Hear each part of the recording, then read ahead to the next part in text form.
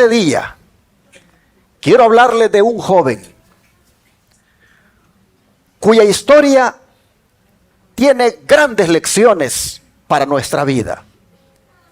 Se trata de un joven rey, quien allá en Babilonia, siendo el último rey de aquel imperio, tuvo una experiencia, la cual nosotros debemos capitalizar de manera que nos ayude en nuestra vida espiritual. Vamos a estudiar este día el libro de Daniel y lo vamos a hacer en el capítulo número 5. Libro de Daniel, capítulo número 5. Este capítulo predice el futuro y debe ser estudiado con los capítulos 17 y 18 del libro de Apocalipsis. Se nos ha aconsejado que siempre que leamos a Daniel debemos leer Apocalipsis. Y si leemos a Daniel por un lado y Apocalipsis por el otro lado, y por enfrente miramos las noticias en la prensa, vamos a ver que todos coinciden. Daniel 5 nos habla de la última noche del imperio de Babilonia, acontecimiento que tiene una gran connotación para el tiempo del fin. Los versículos 1 al 4 de Daniel 5 dicen lo siguiente. Daniel capítulo 5, versículos 1 al 4. Daniel 5, versos 1 al 4, nos dice de la siguiente manera: el rey Belsasar hizo un gran banquete a 1000 de sus príncipes, y en presencia de los 1000 bebía vino. Belsasar, con el gusto del vino, mandó que trajesen los vasos de oro y de plata que Nabucodonosor su padre había traído del templo de Jerusalén, para que bebiesen en ellos el rey y sus grandes, sus mujeres y sus concubinas. Entonces fueron traídos los vasos de oro que habían traído del templo de la casa de Dios que estaba en Jerusalén, y bebieron en ellos el rey y sus príncipes, sus mujeres y sus concubinas. Bebieron vino y alabaron a los dioses de oro y de plata, de bronce, de hierro, de madera y de piedra. Este desafío al Dios del cielo sucedió el 12 de octubre del año 539, allá en la Mesopotamia, en aquella hermosa ciudad llamada Babilonia, que era bendecida con el río Éufrates surcando por en medio a la ciudad. Nunca se imaginó el rey Belsasar que aquella sería la última fiesta de su vida, como también la última noche de Babilonia. Nunca pensó que esa noche caerían ellos como imperio, que esa noche se cumplirían las palabras de Daniel 2 que Dios había dicho a su abuelo Nabucodonosor. Palabras que decían: tú eres la cabeza de oro, pero los pechos de plata de la imagen que soñaste, estos equivalen a otro reino que se levantará y les ha de reemplazar. En una clara alusión al reino medo-persa.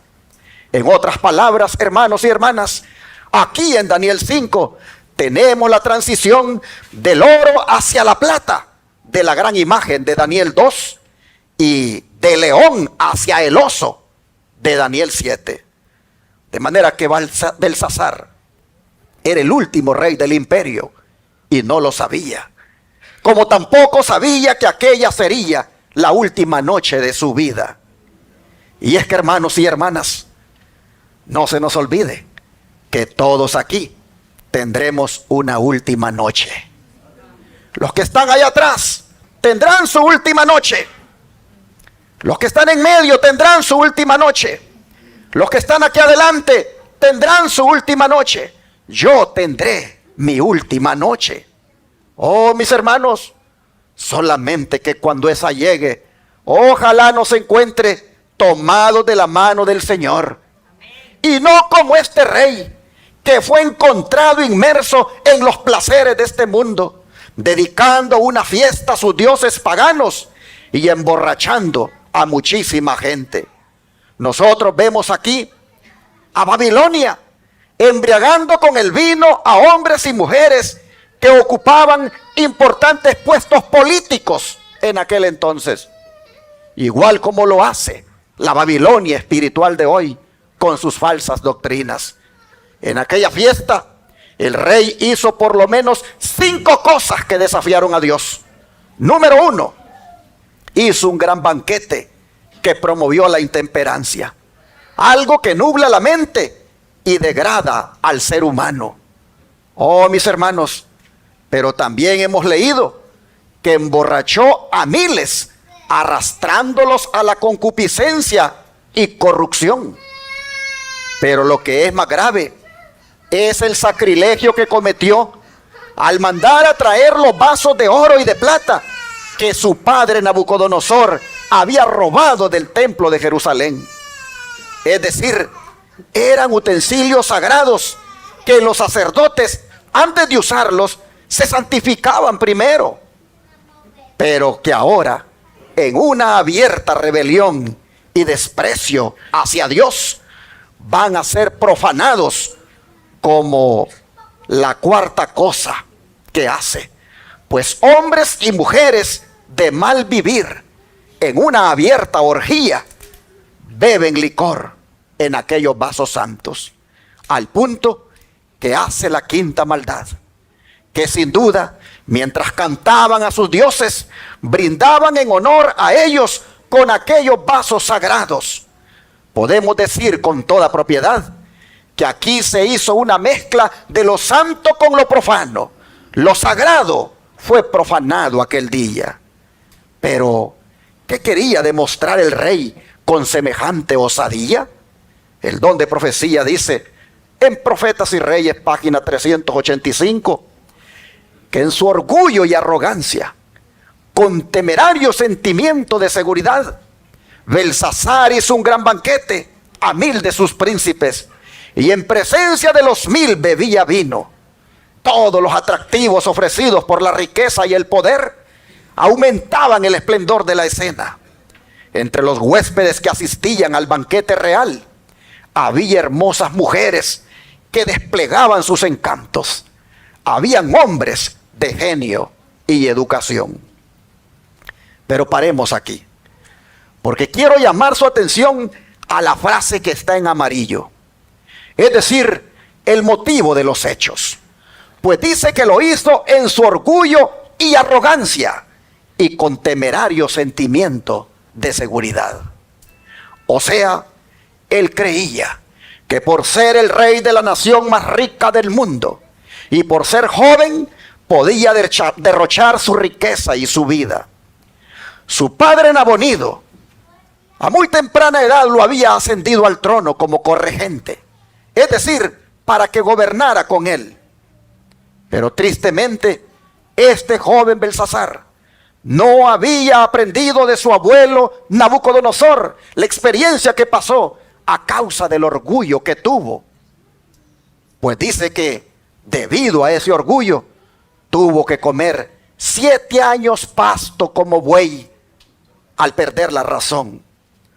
Oh, hermanos, la Biblia dice que solo cuando se humilló, la razón le fue devuelta. Es que claramente dijo Jesús que cualquiera que se enaltece, ¿qué cosa, hermanos? Será humillado, y el que se humilla será enaltecido. Y Belsasar conocía la historia de su abuelo, pero no le importó. Antes bien, se le subieron los humos a la cabeza por el cargo que ostentaba y por la riqueza que tenía. Era poderoso, sí. Era rico, sí. Pero era orgulloso. Y la Biblia dice, hermanos, que Dios odia el orgullo. Y pensar que algunas veces a nosotros nos pasa lo mismo.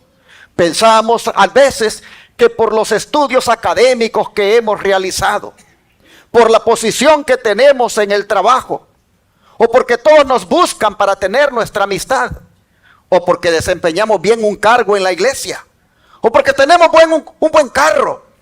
Oh, hermanos, a veces por todas esas cosas nos creemos demasiado cuando deberíamos de ser humildes. Belsasar sabía que los medopersas ya bordeaban la ciudad, pero el orgullo y la autosuficiencia lo llevó a pensar que Babilonia nadie la podía conquistar. Se confió en sus murallas, que según datos eran de 24 kilómetros de largo por cada lado y un ancho por el cual podían circular 4 carros a la vez. Además, contaban con suficientes provisiones de grano y había un canal que llevaba el agua al río Éufrates, que llevaba el agua del río Éufrates atravesando la ciudad. De manera que todos se sentían seguros, y por eso sigue diciendo el don de profecía que los príncipes y los estadistas bebían vino como agua y bajo su influencia enloquecedora se entregaban a la orgía. Habiendo quedado la razón destronada por una embriaguez desvergonzada y habiendo cobrado ascendiente los impulsos y las pasiones inferiores, el rey mismo dirigía la ruidosa orgía. En el transcurso del festín ordenó que trajeran los vasos de oro y de plata que Nabucodonosor había traído del templo de Jerusalén, para que bebiesen con ellos el rey y sus príncipes, sus mujeres y sus concubinas. El rey quería probar que nada era demasiado sagrado para sus manos. En otras palabras, mis hermanos, Babilonia, en la persona del rey Belsasar, estaba desafiando a Dios. Así lo sigue diciendo el don de profecía. Dice, este monarca tenía todo para adular su orgullo y complacer sus pasiones. Él era un gran rey, presidiendo sobre lo que era el reino más grande de la tierra. Sus provincias eran cultivadas por cautivos y su capital era enriquecida por el despojo de naciones. Él gobernaba la vida y propiedad de sus súbditos a su capricho. A quienes ministraban a su orgullo y vanidad, él era complaciente. Ellos eran sus selectos favoritos. Pero si en cualquier momento se oponían a su voluntad, en ese momento se volvía cruel y tirano. Su ira se lanzaba contra ellos sin restricción alguna. Admitido para compartir en autoridad real a los 15 años de edad, Belsasar se gloriaba en su poder y alzó su corazón contra el Dios del cielo. Desdeñó a aquel que está por encima de todo gobernante, el general de todos los ejércitos del cielo. Así está escrito en el Instructor de los Jóvenes del 5/19 de 1898. Pero qué loco fue Belsasar. ¿Cómo se le ocurrió despreciar a Dios? Vivió como muchos viven hoy, sin darle importancia a Dios. Sacó a Dios de su vida y vivió solo para complacerse. Nunca lo reconoció como el Dios verdadero. Hasta tenía olvidado a su profeta, como lo era Daniel. No aprendió la lección de su abuelo Nabucodonosor, quien hizo de Daniel su consejero. Pero no contaba con que un vigía invisible estaba observando su desenfreno aquella noche y que ahora lo iba a confrontar. Pues el verso 5, vean ustedes lo que dice. Versículo 5. En aquella misma hora aparecieron los dedos de una mano de hombre que escribía delante del candelero sobre lo encalado de la pared del palacio real, y el rey veía la mano que escribía. Ah, mis hermanos, aquí tenemos al vigía divino que, aunque no reconocido, miraba la escena de profanación y oía la alegría sacrílega. Este es el huésped no invitado de Belsasar, que hace sentir su presencia. Las palabras en la pared eran un presagio de condenación para el rey y sus invitados. Y entonces el terror le sobrecogió a todos, pues dicen los versículos 6 al 9 lo siguiente.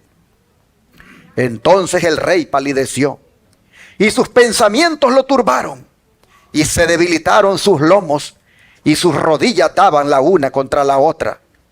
El rey gritó en alta voz que hiciesen venir magos, caldeos y adivinos. Y dijo el rey a los sabios de Babilonia: cualquiera que lea esta escritura y me muestre su interpretación, será vestido de púrpura y un collar de oro llevará en su cuello, y será el tercer señor en el reino. Entonces fueron introducidos todos los sabios del rey, pero no pudieron leer la escritura ni mostrar al rey su interpretación. Entonces el rey Belsasar se turbó sobremanera y palideció, y sus príncipes estaban perplejos. Mis hermanos, podemos imaginarnos el cambio que se produjo en aquella sala. Unos momentos antes todos bebían y reían enloquecidos. Ahora están llenos de temor. El mismo rey, que se levantó de su asiento para ver bien lo que estaba sucediendo, y se asustó tanto que se debilitaban, dice, sus lomos, y sus rodillas se daban la una contra la otra. Estaba aterrado y no podía sostenerse de pie. Sus mujeres y concubinas, sus príncipes y sus grandes, ven cómo ese hombre, que tan solo unos momentos antes se levantaba orgulloso ante el Dios del cielo, está ahora muerto de miedo. Y en realidad solo había visto su mano. ¿Qué sería cuando tuviera que comparecer ante su mismo trono en el cielo? ¿Dónde quedaría su orgullo? Oh, hermanos, ¿y dónde también va a quedar el orgullo de todos aquellos que hoy tienen la misma actitud ante Dios? ¿Pero por qué tanto pánico? Sin duda porque su propia conciencia le decía que no tenía motivos para esperar buenas noticias. Mis hermanos, Dios puede hacer que tiemble el corazón del pecador más endurecido, y no necesita sino solo turbarle sus pensamientos. El don de profecía dice: acallada quedó la ruidosa alegría, mientras que hombres y mujeres dominados por un terror sin nombre miraban cómo la mano trazaba lentamente los caracteres misteriosos. Como en visión panorámica, desfilaron ante sus ojos los actos de su vida impía. Les pareció estar emplazados ante el tribunal del Dios eterno, cuyo poder acababan de desafiar. Donde tan solo unos momentos antes habían prevalecido la hilaridad y los chistes blasfemos, se veían rostros pálidos y se oían gritos de miedo. Oh, hermanos, cuando Dios infunde miedo en los hombres, dice que estos no pueden ocultar la intensidad de su terror. Sí, por eso dice el libro de Apocalipsis que cuando el Señor venga, algunos sentirán tanto terror que le van a gritar a las montañas y a las piedras que caigan sobre ellos, porque no quieren ver a aquel que viene en las nubes. Oh, dice la Biblia que allí gritará el valiente ese día. ¿Por qué? Porque ese será el día de la ira de Jehová. Pero volviendo a Belsasar, vean lo que sigue diciendo el don de profecía. Belsasar era el más aterrorizado de todos. Él era quien llevaba la mayor responsabilidad por la rebelión contra Dios que había llegado esa noche a su apogeo en el reino babilónico. En presencia del vigía invisible, representante de aquel cuyo poder había sido desafiado y cuyo nombre había sido blasfemado, el rey se quedó paralizado de miedo. Su conciencia se despertó. Desatáronse las ceñiduras de sus lomos y sus rodillas se batían la una contra la otra. Belsasar se había levantado impíamente contra el Dios del cielo y había confiado en su propio poder, sin suponer siquiera que alguno pudiera atreverse a decirle: ¿por qué obras así? Ahora comprendía que le tocaba dar cuenta de la mayordomía que le había sido confiada y que no podía ofrecer excusa alguna por haber desperdiciado sus oportunidades ni por su actitud desafiante. Ahora, hermanos, esto es una advertencia para nosotros, porque también Dios, al igual que a Belsasar, nos ha dado oportunidades que deberíamos estar aprovechando. Nos ha dado la oportunidad del arrepentimiento, nos ha dado la oportunidad del perdón y no las hemos aprovechado. Antes bien, hemos decidido hacer fiesta cuando el juicio está encima de nosotros. Hemos decidido comer cuando deberíamos ayunar buscando el perdón de nuestros pecados. Hemos decidido criticar y juzgar cuando deberíamos ver nuestros errores. Hemos decidido robarle a Dios los diezmos y ofrendas cuando deberíamos de ser honrados con Él. Oh, hermanos y hermanas, estamos viviendo la vida cristiana de una manera descuidada, cuando muy pronto también el vigía invisible nos ha de juzgar. Nuestra última noche puede ser ahora. ¿Y qué cuenta le daremos al Señor? Oportunidad tras oportunidad nos ha estado dando para que nos bauticemos, para que nos rindamos a Cristo, para que de una vez nos declaremos, y no la hemos aprovechado. Oh, mis hermanos, ¿cuándo nosotros responderemos? Mira, debemos tener cuidado porque puede ser que esta sea nuestra última noche. ¿Y cómo nos hallará el Señor? ¿Nos encontrará profanando también como Belsasar lo sagrado, convirtiéndolo en algo común? El don de profecía dice que hay algunas formas en que eso se puede dar. Se los pongo acá. En Testimonios para Ministro, página 434 a la 435. La hermana Guay, hablando a los pastores, les decía, es una verdad, les decía, que debiera hacernos llorar a cada uno de nosotros, la de que los que viven en estos últimos días, sobre los cuales los fines de los siglos han parado, son mucho más culpables que Belsasar. Esto es posible de muchas maneras. Cuando los hombres han tomado sobre sí mismos los votos de consagración, comprometiéndose a dedicar todas sus facultades al servicio sagrado de Dios, cuando ocupan la posición de expositores de la verdad bíblica y han recibido el solemne encargo, cuando Dios y los ángeles son citados como testigos a la solemne dedicación del alma, el cuerpo y el espíritu al servicio de Dios, los hombres que ministran en un sagrado oficio profanarán las facultades que Dios les ha concedido, dedicándolas a propósitos impíos. Serán arrastrados los vasos sagrados a quienes Dios ha de usar para una obra elevada y santa de su alta y dominante esfera, para comprometerse en concupiscencias degradantes. ¿No es esto adoración de ídolos de la clase más degradante? Las facultades dedicadas a Dios en una solemne consagración sirven a una ramera, porque toda mujer que permita las solicitudes de otro hombre fuera de su esposo, que escuche sus insinuaciones y cuyos oídos se complazcan en la expresión de pródigas palabras de afecto, de adoración o de cariño, es una adúltera y una ramera. Así la sierva del Señor le hablaba a los pastores y les hacía ver lo solemne de los votos que habían hecho al dedicarse al ministerio y cómo podían fácilmente corromperse haciendo la infidelidad en el matrimonio, poniendo atención a otras mujeres. Pero hermanos y hermanas, esto debe ser aplicado también a nosotros, pues como esposos también el enemigo quiere que invalidemos los votos matrimoniales. Ojalá que todos aquí como esposos seamos fieles hasta que la muerte nos separe, y que no se nos apliquen las palabras que acabamos de leer, y no avergoncemos a los ángeles al transgredir la santa ley de Dios, ya que eso es la inclinación en estos tiempos. Vean esta otra declaración de Review and Herald, 24 de noviembre de 1904.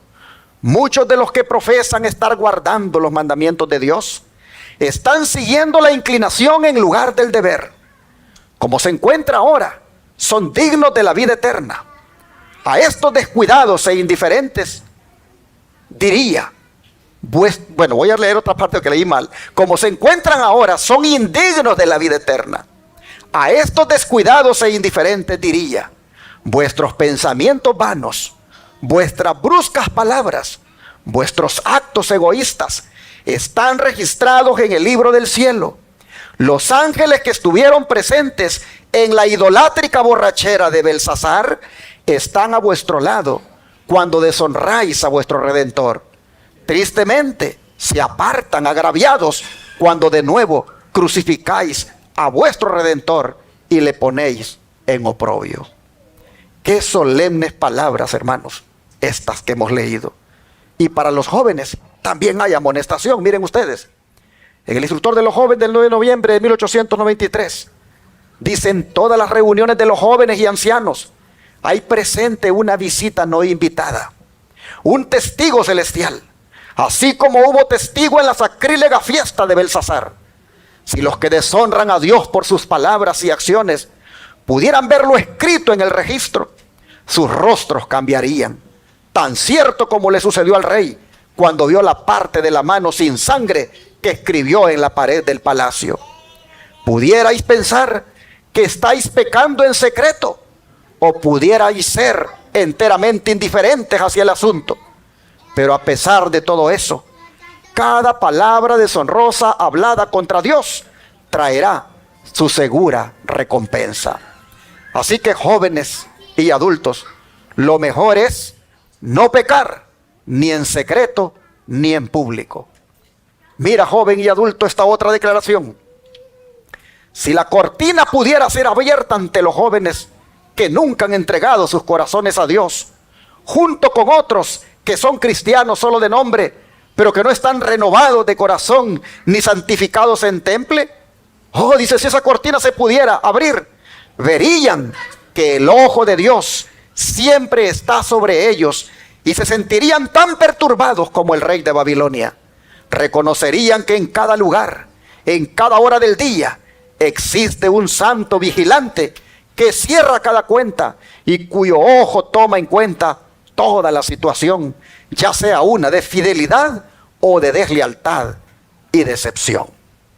Así que, hermanos y hermanas, no nos descuidemos, que siempre estamos a la vista del Señor. Donde quiera estemos, donde quiera andemos, con quien hablemos y lo que hablemos, todo el Señor lo mira y lo oye. Y si estas declaraciones son solemnes, la que sigue lo es aún más. Dice: el mismo testigo que registró lo profano de Belsasar está presente con nosotros donde quiera que vayamos. Joven, señorita, quizá no reconozcáis que Dios os está observando. Pudierais sentir que estáis en libertad para seguir los impulsos del corazón natural, que podéis complacer la liviandad y las bagatelas, pero de todas estas cosas debéis de dar cuenta. Cosecharéis lo que sembraréis, y estáis quitando el fundamento de vuestra casa, robando a la mente de su vitalidad y vuestros nervios de su fuerza, mediante la disipación y complacencia del apetito y pasión. Tendréis que rendir cuenta a aquel que dice: yo conozco tus obras. Y una de las cosas, hermanos, en la cual uno fácilmente es vulnerable para profanar, es el Santo Sábado. El Santo Sábado, hermanos, fácilmente se puede profanar, como Belsasar profanó los vasos santos. El don de profecía lo dice de esta manera, en Signs of the Times, 27 de julio de 1891. Sobre cada página de la palabra de Dios, el llamado a la obediencia está claramente escrito. Y no obstante, cuán a menudo sus mandamientos son livianamente tratados o totalmente puestos de lado. El mandato para la observancia del Santo Sábado del Señor es puesto en el mismo corazón del Decálogo, y está tan claro que nadie necesita errar en cuanto a su importancia. Y no obstante, es tratado con tan grande profanación como lo fueron los sagrados vasos en la fiesta de Belsasar. Dios santificó y bendijo el séptimo día, separándolo para ser observado como tiempo sagrado. Sin embargo, el sábado del Señor ha sido usado como un día común de trabajo, mientras que un día que no posee santidad alguna ha sido puesto en lugar del día santificado por Dios. El mundo religioso ha aceptado el error por verdad, y muchos que pretenden ser hijos de luz son los hijos de las tinieblas. La condenación de los que pisotean el santo sábado de Dios y exaltan un sábado instituido por el hombre de pecado no llegará por haber ellos observado con sinceridad el primer día de la semana, sino porque desdeñaron las oportunidades de escudriñar las escrituras y de aprender no lo que el hombre ha dicho, no lo que los ministros dicen, no lo que los padres han dicho, sino ¿qué dice el Dios infinito? ¿Qué fue lo que mandó al hombre honrar cuando habló con voz audible desde el Sinaí? Esa voz ha de ser obedecida por encima de cualquier otra. Los edictos de reyes y naciones quedan nulos ante el mandato de Dios. El Señor de los ejércitos exige nuestra obediencia. Gracias.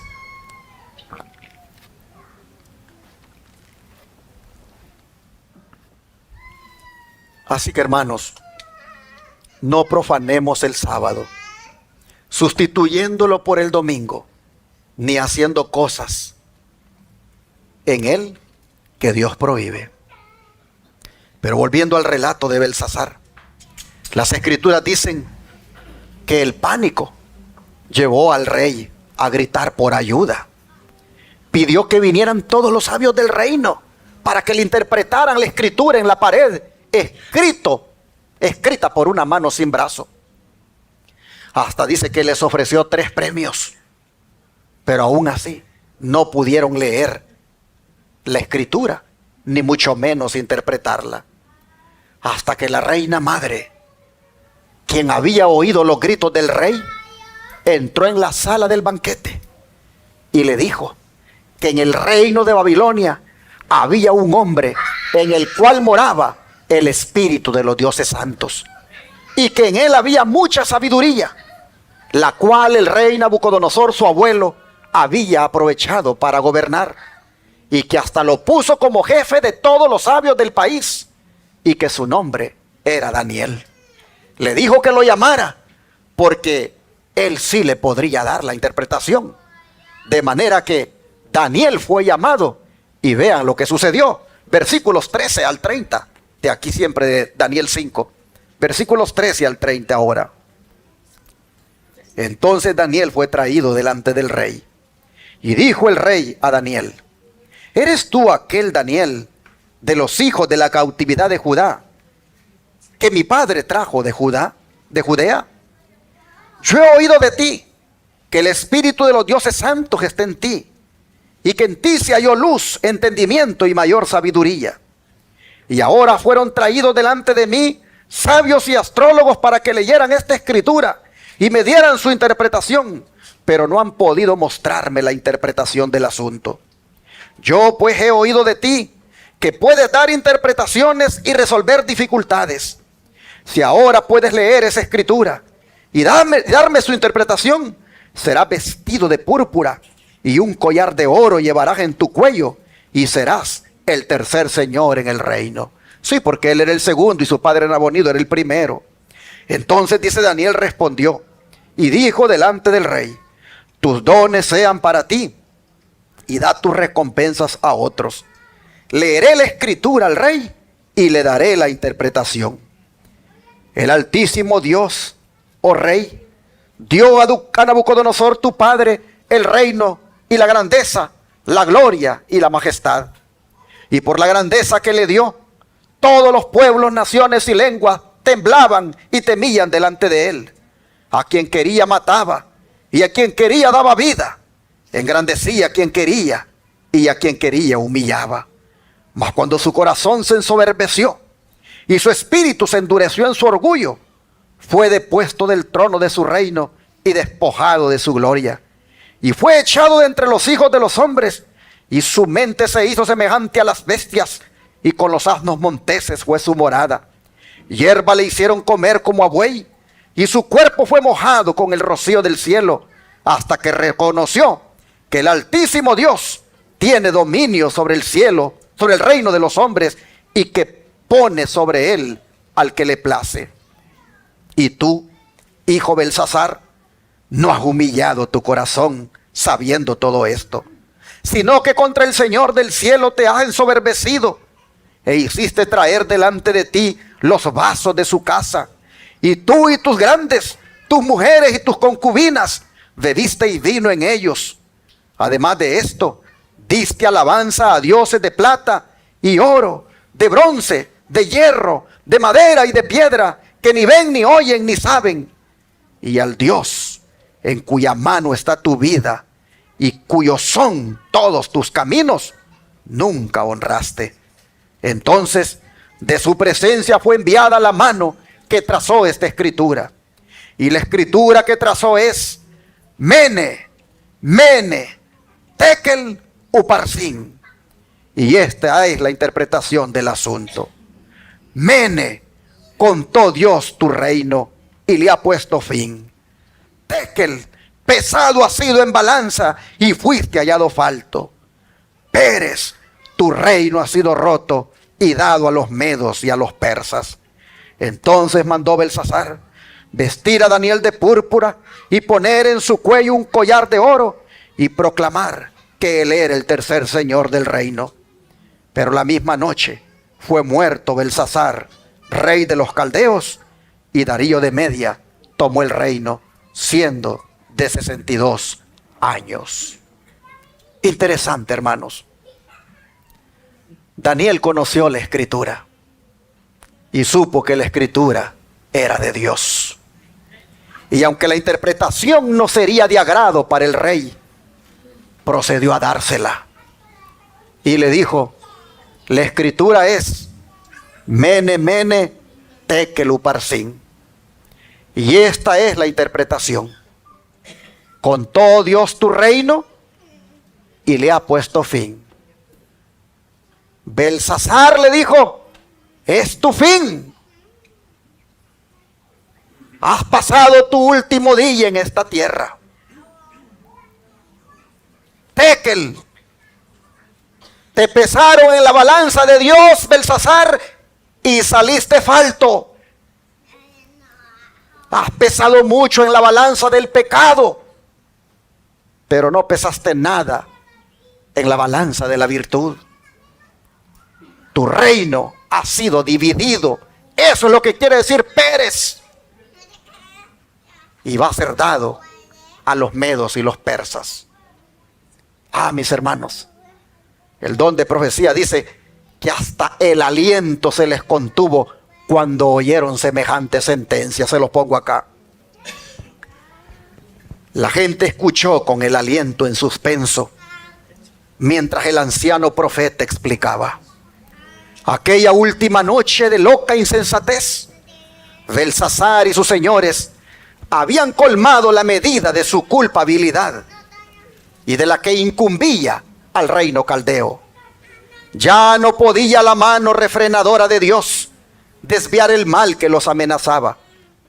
A causa de la extraña perversidad del corazón humano, Dios encontraba por fin necesario dictar la sentencia irrevocable. Belsasar iba a caer y su reino iba a ser traspasado a otras manos. Y efectivamente, pues estando ellos en el banquete, sin saberlo, los ejércitos medopersas estaban desviando el cauce del río para pasar en seco y conquistar a Babilonia y darle muerte a Belsasar. Así, hermanos y hermanas, llegó la última noche para Babilonia. Así cayó Babilonia. Hermanos y hermanas, hay un peso malo que oprime como el plomo e impide correr la carrera de la fe. Y ese peso es el peso del pecado, el cual debemos abandonar. Pablo habla de ese peso en Hebreos 12, verso 1. Hebreos capítulo 12, verso 1.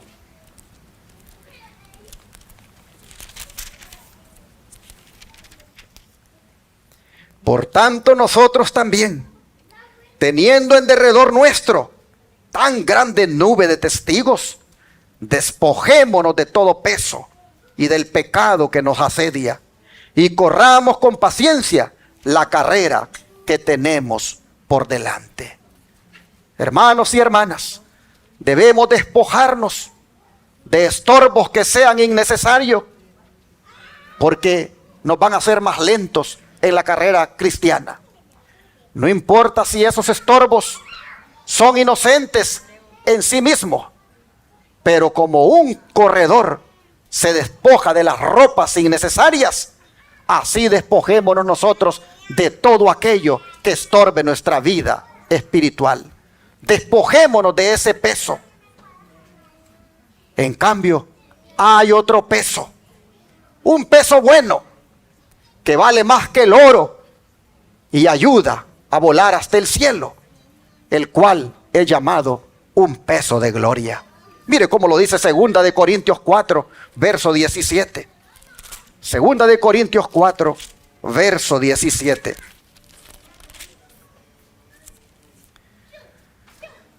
Porque esta leve tribulación momentánea produce en nosotros un cada vez más excelente y eterno peso de gloria.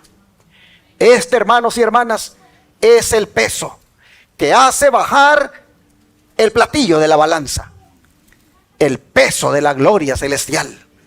Y nuestra mirada debe estar en ese peso, buscando que cada día incline la balanza. La pregunta en esta mañana es: ¿cuál es tu peso, mi hermano?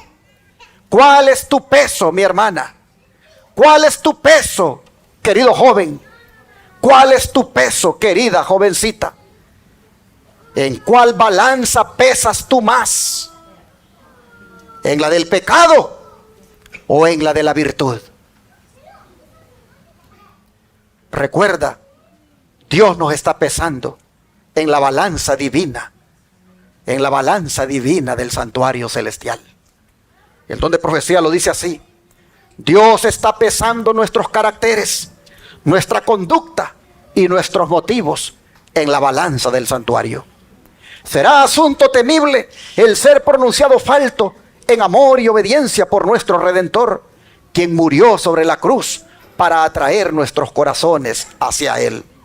¿Dónde está la balanza con la cual Dios nos está pesando, hermanos? Allá en el santuario. Sigue diciendo: he visto a un ángel de pie con balanzas en sus manos, pesando los pensamientos e intereses del pueblo de Dios, especialmente el de los jóvenes. En una balanza estaban los pensamientos e intereses de orden celestial. En la otra estaban los pensamientos y los intereses inclinados hacia la tierra. Y en esta balanza estaban toda la lectura de historietas, pensamientos de vestir, vanidad, orgullo, etc. Oh, qué solemne momento. Los ángeles de Dios presentándose con balanzas, pesando los pensamientos de sus profesos hijos, los que pretenden estar muertos al mundo y vivos para con Dios. La balanza llena de pensamientos terrenales, vanidad y orgullo, rápidamente bajó, a pesar de que se le quitó peso tras peso. La que tenía los pensamientos e intereses inclinados hacia el cielo, rápidamente subió, mientras que la otra bajó. Y oh, cuán liviana estaba. Esto lo digo como lo vi, pero nunca podré dar la solemne y vívida impresión que se estampó en mi mente al ver al ángel con las balanzas pesando los pensamientos e intereses del pueblo de Dios. Dijo el ángel: ¿pueden los tales entrar al cielo? No, no, nunca. Decidles que la esperanza que ahora poseen es vana, y a menos que pronto se arrepientan y obtengan la salvación, tendrán que perecer.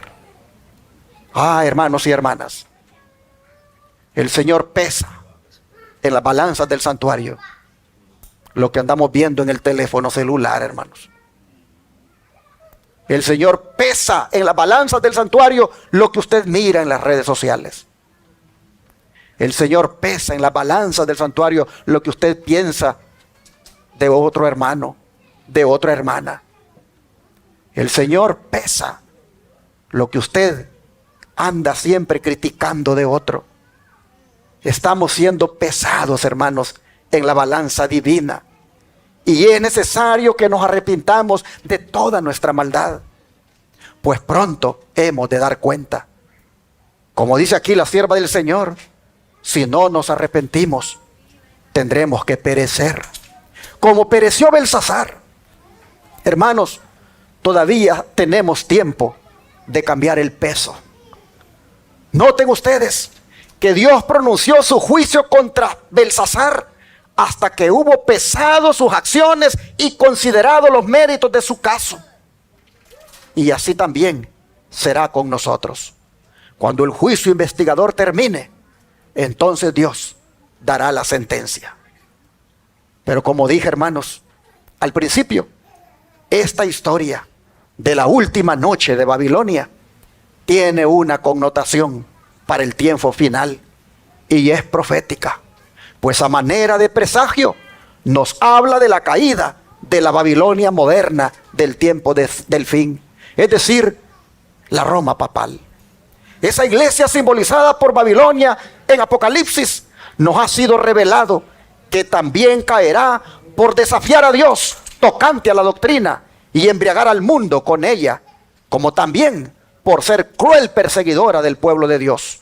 Su pecado y su caída están descritos en Apocalipsis 17 y 18. Les invito a leer Apocalipsis capítulo 17 y el verso 18. Y el capítulo 18, pero vamos a leer primero del 17, los versículos 3 al 6. Apocalipsis 17, versículos 13 al 3 al 6. Dice así, Apocalipsis 17, 3 al 6. Y me llevó en el espíritu al desierto, y vi a una mujer sentada sobre una bestia escarlata, llena de nombres de blasfemia, que tenía 7 cabezas y 10 cuernos. Y la mujer estaba vestida de púrpura y escarlata. Miren ustedes, lo mismo que Belsasar allá en Babilonia le ofreció a Daniel, púrpura. Y dice, adornada de oro, de piedras preciosas y de perlas. Y tenía en la mano un cáliz de oro, lleno de abominaciones y de la inmundicia de su fornicación. Y en su frente un nombre escrito, un misterio: Babilonia la grande, la madre de las rameras y de las abominaciones de la tierra. Vi a la mujer ebria de la sangre de los santos y de la sangre de los mártires de Jesús. Y cuando la vi, quedé asombrado con gran asombro. Oh, mis hermanos, la historia atestigua lo que la iglesia papal hizo durante la Edad Media en contra de los cristianos, porque no le aceptaban como cabeza de todas las iglesias. La historia dice que la iglesia papal, bajo el símbolo aquí de Babilonia, se embriagó de la sangre de ellos, los cristianos, al darles muerte, porque no aceptaban sus pretensiones papales. Por eso, como la Babilonia de antaño, también esta Babilonia será castigada. Pues ve Apocalipsis 18, del 1 al 9, lo que dice. Después de esto vi a otro ángel descender del cielo con gran poder, y la tierra fue alumbrada con su gloria, y clamó con voz potente diciendo: ha caído la gran Babilonia, y se ha hecho habitación de demonios y guarida de todo espíritu inmundo y albergue de toda ave inmunda y aborrecible, porque todas las naciones han bebido del vino del furor de su fornicación, y los reyes de la tierra han fornicado con ella, y los mercaderes de la tierra se han enriquecido de la potencia de sus deleites. Y oí otra voz del cielo que decía: salid de ella, pueblo mío, para que no seáis partícipes de sus pecados, ni recibáis parte de sus plagas, porque sus pecados han llegado hasta el cielo, y Dios se ha acordado de sus maldades. Dadle a ella como ella os ha dado, y pagadle doble según sus obras. En el cáliz en que ella preparó bebida, preparadle a ella el doble. Cuanto ella se ha glorificado y ha vivido en deleites, tanto dadle de tormento y llanto, porque dice en su corazón: yo estoy sentada como reina, y no soy viuda, y no veré llanto. Por lo cual, en un solo día vendrán sus plagas, muerte, llanto y hambre, y será quemada con fuego, porque poderoso es Dios, el Señor, que la juzga. Y los reyes de la tierra que han fornicado con ella y con ella han vivido en deleites, llorarán y harán lamentación sobre ella cuando vean el humo de su incendio. Parándose lejos por el temor de su tormento, dirán: ay, ay de la gran ciudad de Babilonia, la ciudad fuerte, porque en una hora vino tu juicio. Así, hermanos y hermanas, nosotros miramos el final de Babilonia. En una hora, dice, le caerán los juicios. Esta hora, hermanos, significa literalmente desastre y desolación para ella. Significa su última noche. Los reyes y gobernantes que colaboran con ella son presas del remordimiento al decir: ay, ay de la gran ciudad, como si temieran que también a ellos les alcance el castigo. Presienten, hermanos y hermanas, que también para ellos esa es su última noche. Oh, qué triste, hermanos, es la hora del juicio, cuando es demasiado tarde para la misericordia. Por eso es urgente salir de Babilonia para no ser partícipe de su castigo. El Señor le dice a su pueblo que está allí en Babilonia: salgan, salgan de allí, pueblo mío. Pero no salgan llevándose a Babilonia con ustedes, con sus fiestas paganas que todavía celebran, como la Navidad, San Valentín, Día de las Madres, Semana Santa, Día de Reyes, Halloween y otras. Porque muchos se jactan de que salieron de Babilonia, pero Babilonia la tienen en su corazón, porque sus fiestas todavía las siguen celebrando. Siguen engañados. Oh, hermanos, si salimos de Babilonia, salgamos de Babilonia, salgamos aún de sus fiestas, salgamos de Babilonia con su vestimenta, con sus joyas, con su maquillaje, con esa forma mala de vestir. Salgamos de Babilonia con todo y eso. No vengamos a decir que somos cristianos, no vengamos a decir que pertenecemos a la iglesia del Señor, pero todavía pintándonos como se pinta Babilonia, todavía decorándonos como se decora Babilonia, todavía comiendo como se come en Babilonia, todavía celebrando fiestas que Babilonia celebra. No, no seamos mentirosos, diciendo que somos cristianos cuando Babilonia todavía la tenemos en nosotros. Nuestra salida, hermanos, debe ser completa, antes que seamos pesados en todas esas cosas, como también en lo que hablamos y pensamos. Mire lo que dice Primera de Samuel, capítulo 2, versículo 3. Primera de Samuel, capítulo 2, verso 3.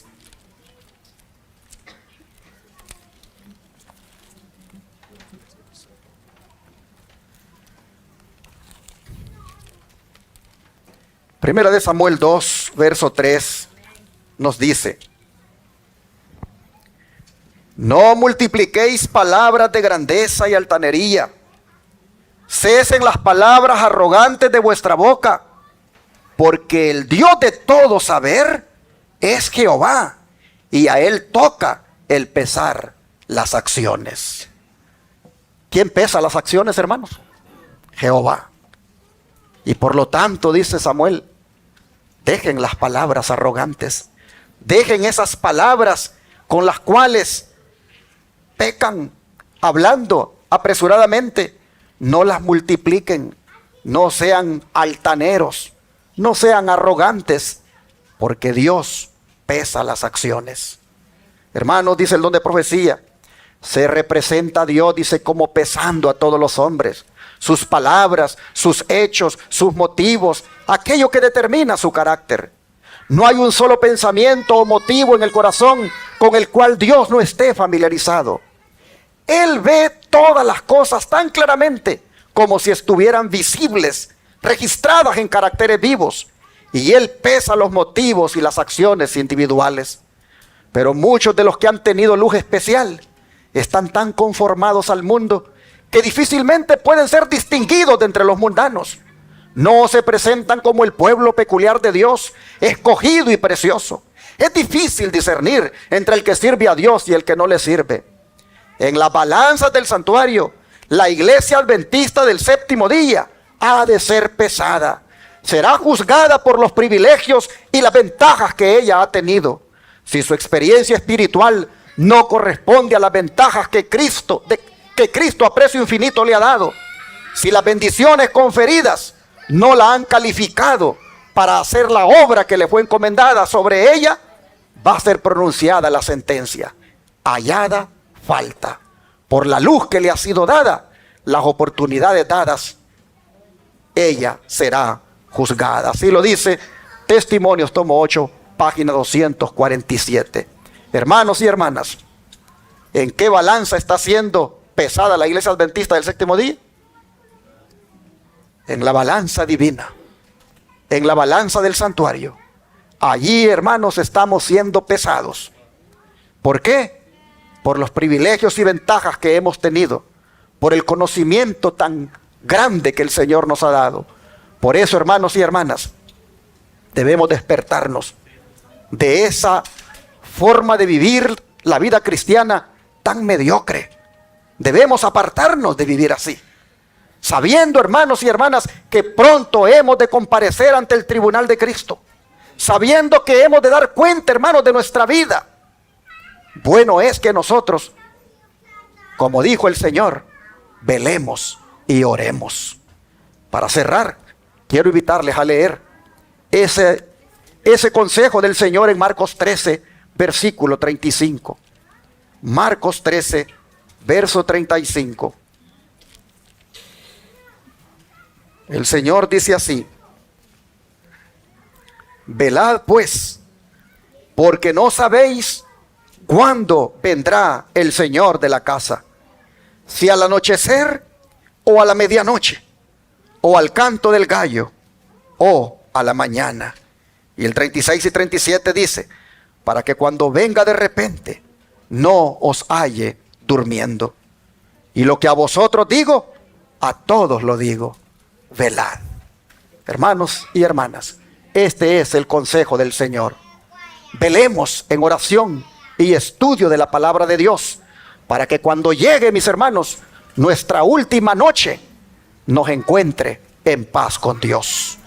Dios bendiga su palabra y Dios bendiga a su pueblo, y que cuando le llegue a cada uno su última noche, pueda estar agarrado de la mano del Señor. Que Dios le bendiga.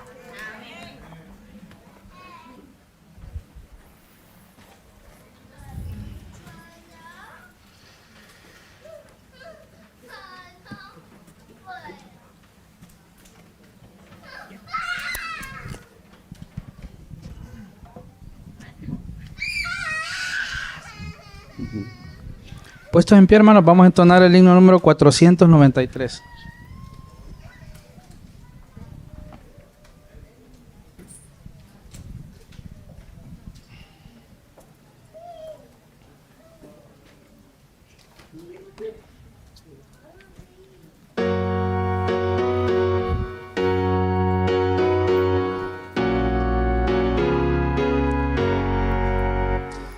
Día grande viene, un día grande viene y cerca está, cuando justos y malos separados quedarán. Oh hermano, apercibido estás. Te hayas listo para el fallo del gran tribunal. Te hayas listo para el tribunal. Día triste viene, un día triste viene y cerca está, cuando el pecado en los conozco, pues mira, oh hermano, apercibido estás. Te hayas listo para el fallo del gran tribunal. Te haya listo, te haya listo para el tribunal. Alegre viene un día alegre, viene cerca está, mas su luz brilla solo en los que aman al Señor. Oh hermano, apercibido estás. Te haya listo, te haya listo para el fallo del gran tribunal. Te haya listo para el tribunal. Amén. ¿Qué preguntas más escrutadoras las que acabamos de cantar? Nos preguntamos a nosotros mismos en el canto que si estamos listos, que si estamos listos para comparecer ante el juez de toda la tierra. Oh, hermanos, el tiempo que vivimos es solemne. Ya es el último tiempo. Este es el tiempo, hermanos, para clamar, para pedir a Dios de corazón que nos cambie el corazón, que nos haga personas nuevas. Este es el tiempo, hermanos, de que vivamos de tal manera que si fuera nuestra última noche hoy, o si fuera nuestra última noche en lo que falta del año, podamos nosotros morir en paz con el Señor. Quisiera hacer el llamado a su corazón directamente para que considere tomar más en serio su vida espiritual. Quisiera hacer el llamado para que usted decida de una vez no transigir más con el pecado, porque quiera usted o no quiera, usted va a comparecer ante el tribunal de Cristo. Quiera yo o no quiera, he de comparecer ante el tribunal de Cristo. De manera que antes que Él sea nuestro juez, hagámoslo nuestro abogado. Y como nuestro abogado, hermanos y hermanas, Él ha de defender nuestra vida y nuestra causa. Es necesario caer arrepentidos a los pies de Cristo y dejar todo pecado. Así, y solo así, estaremos listos para ese gran tribunal. Vamos a arrodillarnos para pedirle al Señor que nos ayude.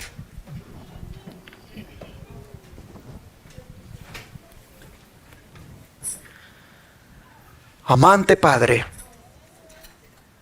de la experiencia de Belsasar con su última noche y con su juicio que recibió, nosotros hemos visto lo solemne que es, en calidad de cristianos, vivir ahora la vida, porque no podemos vivirla de una manera descuidada. No podemos, Señor, darle largas a nuestra manera de vivir que hemos traído. No podemos seguir acariciando el egoísmo, el orgullo, la vanagloria, la arrogancia. No podemos, Señor, seguir pecando como lo hemos hecho hasta ahora. Así que, Padre, sabiendo que pronto llegará el momento cuando hemos de comparecer ante ti como el juez de toda la tierra, oh Padre, te rogamos que nos ayudes para vivir una vida de santidad, para vivir una vida que te agrade, para vivir una vida, Señor, en la cual no haya contaminación. Padre, te rogamos que vengas a nuestra vida, nos limpies y nos purifiques y nos vistas con tu manto de justicia. Y así, Señor, ayúdanos a mantenernos hasta que llegue ese momento, cuando compareciendo ante el tribunal de Cristo, podamos ser puestos aparte con los salvados. Oh Dios, te ruego porque cada hermano o hermana aquí pueda analizar lo que hoy se ha predicado y pueda tomar su decisión. Que sea una decisión seria, donde no juegue más con su vida espiritual, donde no acaricie más el pecado, sino que se rinda y se consagre a ti. Oh Padre, pedimos que así sea en el nombre de de Jesús. Amén.